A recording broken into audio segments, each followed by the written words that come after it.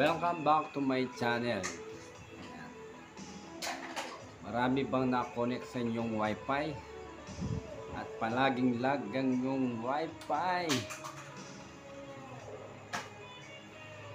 Ngayon gusto mong mag-change ng password. Hindi mo alam kung bakit. Ngayon ituturo ko sa iyo kung paano. Bakit wifi man yan o home wifi, ituturo ko yan lahat sa iyo.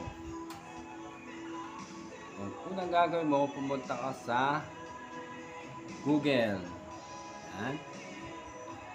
Then,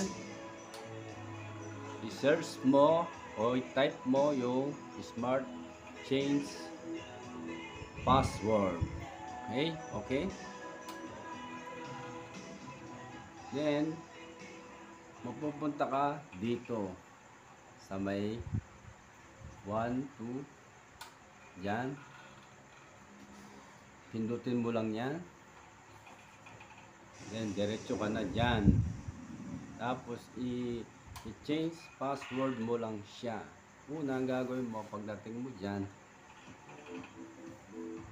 i-type mo lang yung dati mong password.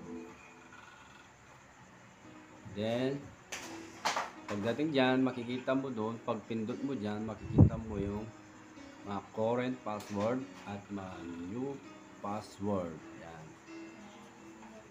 Kaya kung nagustuhan mo ang aking channel, paki-like and share and subscribe na rin.